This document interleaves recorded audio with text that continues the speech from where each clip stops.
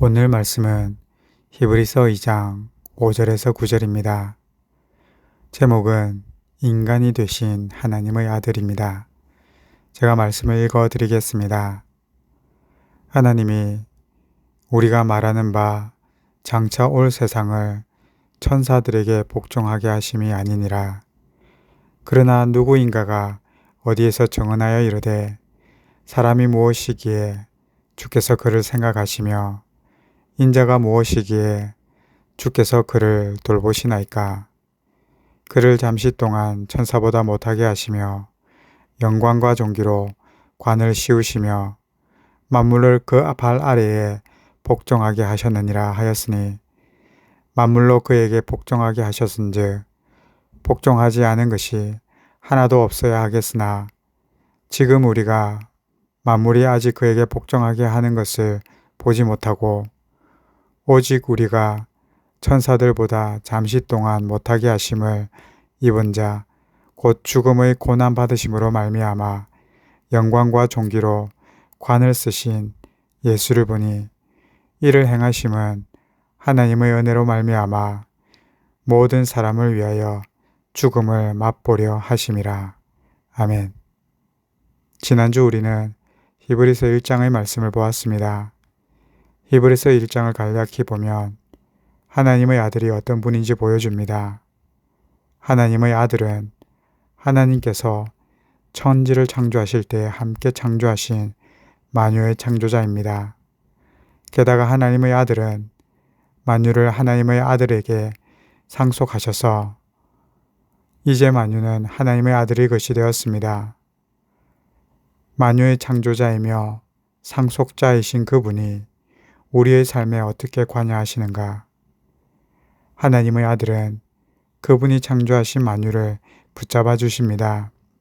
매일같이 인도하여 주시고 가장 아름다운 모습으로 다스려 주시고 우리가 힘들 때에 우리가 넘어지지 않도록 하십니다. 이러한 하나님의 아들을 깊이 생각하며 2장의 말씀을 나누겠습니다. 히브리서는 잘 구성된 그림과 같습니다. 균형과 절제를 살린 아름다우면서 견고한 건축물과도 같습니다. 그것을 알 수 있는 것이 1장과 2장의 내용적 구성을 보면 알 수 있습니다.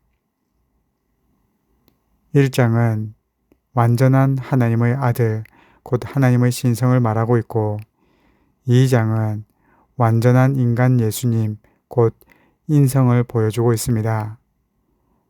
그런데 여기에서 우리는 질문을 하게 됩니다. 성경은 우리가 쉽게 이해하도록 기록되지 않고 어렵게 이해하도록 기록되어 있다는 것이지요. 왜 그럴까요? 특히 히브리서는 매우 복잡하고 어려운 말씀들이 반복적이며 다양한 설명으로 기록됩니다.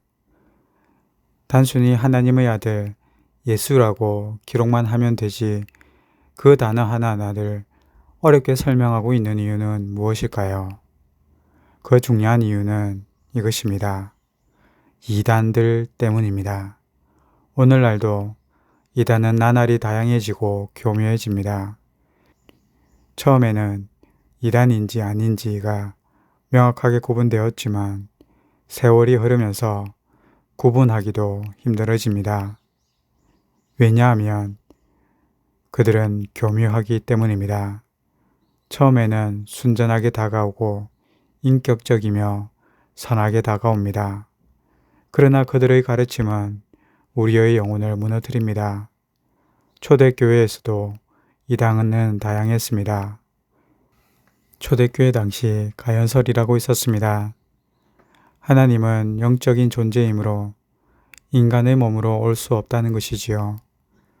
예수께서 인간의 몸으로 오신 것처럼 보이지만 실제로는 인간의 눈에 인간의 모습으로 보이신 것뿐이라는 겁니다.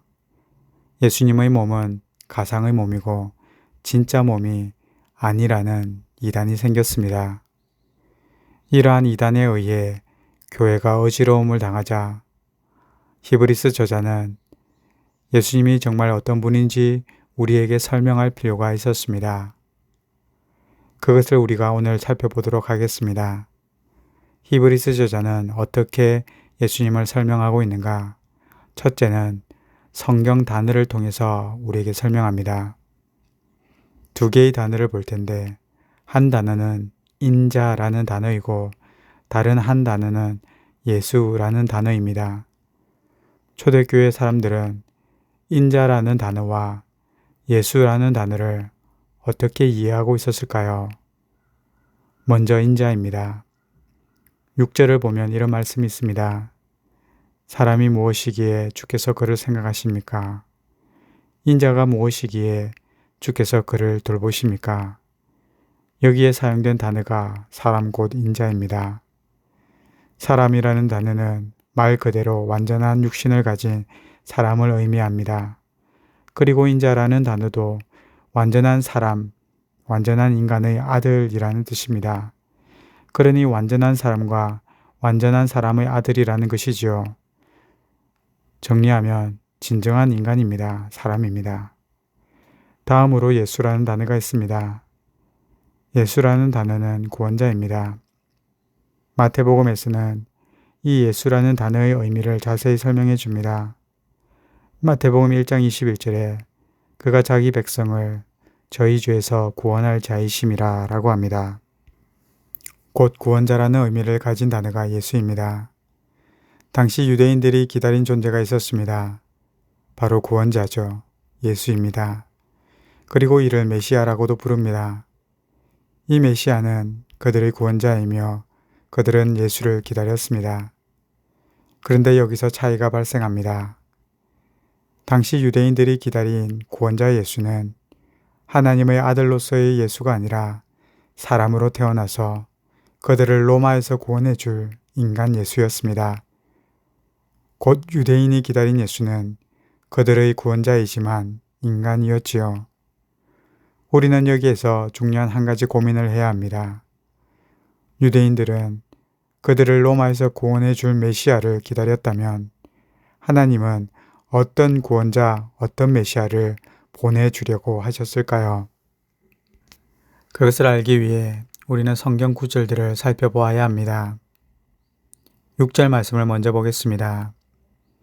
6절은 완전한 사람은 누구인가에 대해 설명해 줍니다. 사람이 무엇이기에 주께서 그를 생각하십니까? 인자가 무엇이기에 주께서 그를 돌보십니까? 사람 곧 인자를 하나님께서 생각하시고 돌보십니다.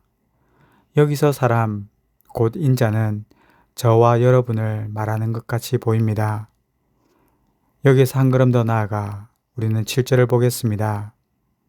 7절은 사람 곧 인자가 어떤 특성을 가진 존재인지 조금 더 자세히 설명해 줍니다. 6절의 인자를 잠시 동안 천사보다 못하게 하셨습니다. 왜 갑자기 천사라는 단어가 2장 7절에서 나오게 될까요? 천사라는 단어는 이미 1장 4절에서 한 번 사용된 단어입니다. 1장 4절에서는 하나님의 아들은 천사보다 뛰어나다라고 했습니다. 그런데 2장 7절에서는 인자는 천사보다 못합니다. 그런데 영원히 못한 것이 아니라 잠시 못한 존재입니다. 그러니 애매해집니다. 하나님의 아들이 인자인지 아니면 하나님의 아들과 인자는 다른 존재인지 분명하지 않습니다. 여기서 우리는 8절로 넘어가야 합니다. 8절에는 이런 말씀이 있습니다. 만물을 그 발 아래에 주께서 복종하게 하셨느니라. 이 8절에 사용된 만물이 1장 3절에도 한번 사용되었습니다. 만유입니다. 곧 세상의 만유, 모든 만유의 창조자 하나님의 아들, 그에게 하나님은 만유를 상속하셨고 그러니 만유가 그의 발 아래 복종하게 됩니다. 따라서 1장에서 말한 하나님의 아들은 2장에서 완전한 인간의 아들 예수라고 말하고 있는 것입니다.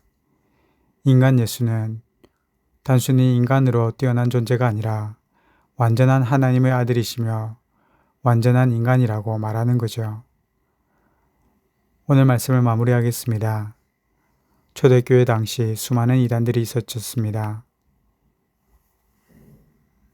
초대교회 당시 수많은 이단들이 있었습니다. 그리고 시대가 변해도 모양과 형태는 다르겠지만 그 주장하는 내용들은 반복되고 있습니다. 초대교회 당시 가연설을 주장하던 이단들은 하나님께서 인간의 모습으로 이 땅에 오시는 것은 불가능하다고 했습니다. 그래서 인간으로 오신 예수님을 완전하고 실제적인 인간이 아니라 인간의 형태를 띤 특별한 존재라고 불렀습니다.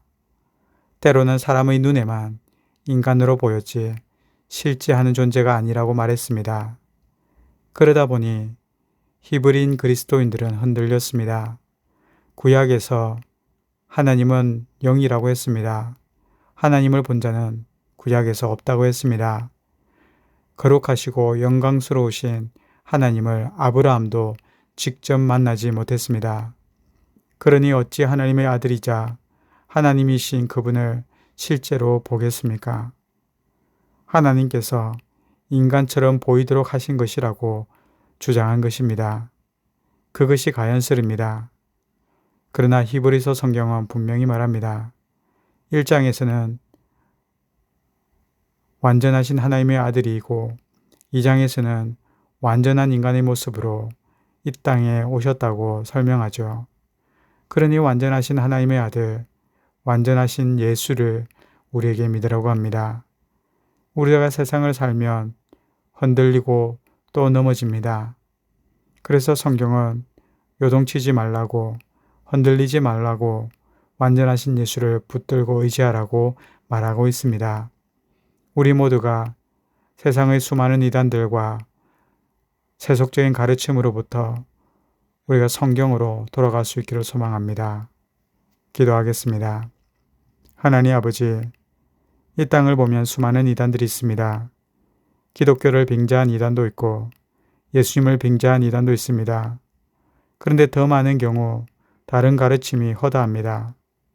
우리의 세계관과 우리의 가치관, 신앙관을 흔드는 수많은 다른 가르침들이 있습니다. 스마트폰과 인터넷이 우리의 신앙을 변질시키고 온갖 언론과 SNS와 즐거움과 쾌락이 우리의 믿음을 좌절시킵니다.